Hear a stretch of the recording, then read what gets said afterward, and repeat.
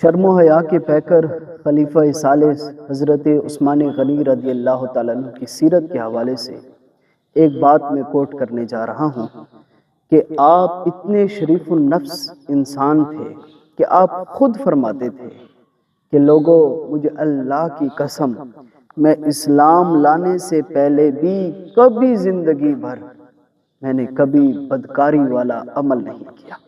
اور آپ فرماتے ہیں کہ مجھے اللہ کی قسم، میں نے اسلام لانے سے پہلے بھی کبھی شراب نوشی نہیں فرمائی۔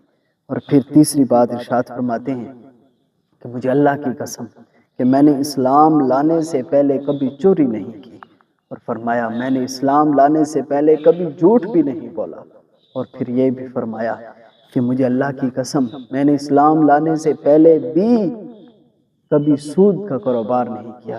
جب بھی میں کاروبار کرتا تھا تو میں مال مزاربت والا کاروبار کرتا تھا، یعنی کہ نفع جو تھا وہ آدھا آدھا ہوا کرتا تھا۔ میں کسی کو تجارت کے لیے کچھ دیتا تو وہ آگے بیچ کر آتا تو نفع جو تھا وہ ہم آدھا آدھا لے لیتے تھے۔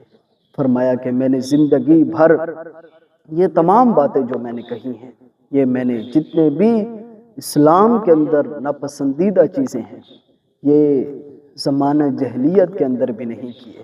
آپ کی سیرت مبارک بڑی خوبصورت ہے، ہمیں بھی چاہیے، اور ہم دعا کرتے ہیں اللہ تعالیٰ سے کہ اللہ تعالیٰ ہمیں ان تمام برائیوں سے محفوظ رکھے اور ہماری آنے والی نسلوں کو بھی محفوظ رکھے۔